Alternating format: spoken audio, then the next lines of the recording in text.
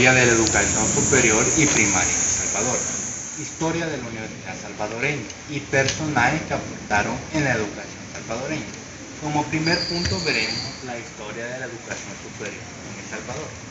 La Universidad del Salvador, UES, es la institución de educación superior más grande y antigua de El Salvador y la única universidad pública del país. Su sede central está en la ciudad universitaria, se ubica en San Salvador. Además cuenta con sedes regionales en las ciudades de Santa Ana, San Miguel y San Vicente. La Universidad de El Salvador fue fundada el 16 de febrero de 1841 por decreto legislativo de la Asamblea Constituyente, emitido a iniciativa del presidente de la República.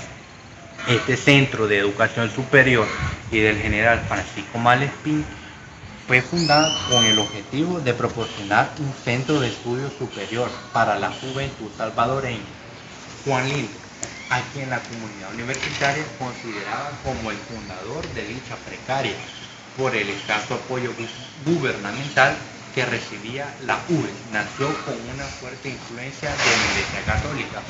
Sin embargo, la identidad de la Universidad de El Salvador se formó mientras tomó protagonismo en el desarrollo de los acontecimientos históricos, como es el caso de la reforma agraria liberal y ejecutada por el gobierno del presidente de la República, doctor Rafael Saldívar, con las leyes de extinción de las tierras comunales y ejidales de 1801 y 1802, respectivamente, en la que los académicos universitarios realizaron un fuerte consignamiento sobre esta reforma agraria inversa, y fue así que con este se reconoció el inicio de la universidad crítica.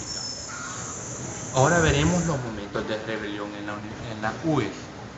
Fueron dos, los más sobresalientes. El 2 de septiembre de 1960, por orden del presidente José María Lemus, cuerpos de seguridad ingresaron violentamente a la universidad, otorgando una golpiza y captura del rector doctor Napoleón Rodríguez Ruiz, así como de otras personas que se encontraron en el lugar, resultando también un empleado universitario muerto y varios miembros de la educación universitaria heridos como consecuencia de estos hechos. En la década de los años 70 surgieron muchos grupos en la universidad estudiantiles cercanos a los movimientos armados de la izquierda revolucionaria. Uno de esos grupos podría ser el ERP, PPL, PSC, PRTC y RN. El gobierno militar inicia el proceso de ligar a la UES de ser fascista por medio del decreto legislativo número 41 del Parlamento salvadoreño. Autorizó al órgano ejecutivo para intervenir militarmente en la Universidad de El Salvador a través del uso de los agentes de la Fuerza Armada, quienes utilizaron tanquetas, artillería pesada, quemaron muchas bibliotecas, ejecutaron arrestos de cientos de personas en ese mismo día, y además detuvieron a otras 15 personas junto al rector de la Universidad de El Salvador, Rafael Mengíbar, y al decano de la Facultad de Ciencias y Humanidades, Fabio Castillo Figueroa, las cuales fueron encarceladas y enviadas a un exilio forzado en Nicaragua. La Universidad de El Salvador permaneció cerrada por un año, mientras el gobierno del presidente Arturo Armando Molina trató de eliminar a los intelectuales. La masacre estudiantil suscitaba el 30 de julio de 1975. El 25 de julio de 1975, en el Centro Universitario de Occidente, en la Facultad Multidisciplinaria de Occidente, durante la fiesta patronal, los estudiantes se prepararon para mostrar un desfile, bufo. ¿Qué bufo? Es un acto artístico que consistía en disfrazarse de cualquier funcionario público de la época y parodiarlo ridículamente. Ese día los militares irrumpieron las instalaciones universitarias aplicando la fuerza represiva y capturando a muchos estudiantes, lo cual provocó descontento y protesta en el estudiantado. Lo más importante es manifestación pacífica social que condenaba la intervención militar en Santa Ana. Se produjo el 30 de julio del mismo año, con una marcha que salió alrededor de las 3 de la tarde desde la Facultad de Ciencias y Humanidades, organizada por la Asociación General de Estudiantes Universitarios Salvadoreños, en sus siglas AGEUS, en la sede central, la cual tenía el objetivo de llegar a la Plaza Libertad del centro histórico de San Salvador. Durante el camino se gritaron consignas contra el gobierno Arturo Armando Molina y realizaron actividades bufo.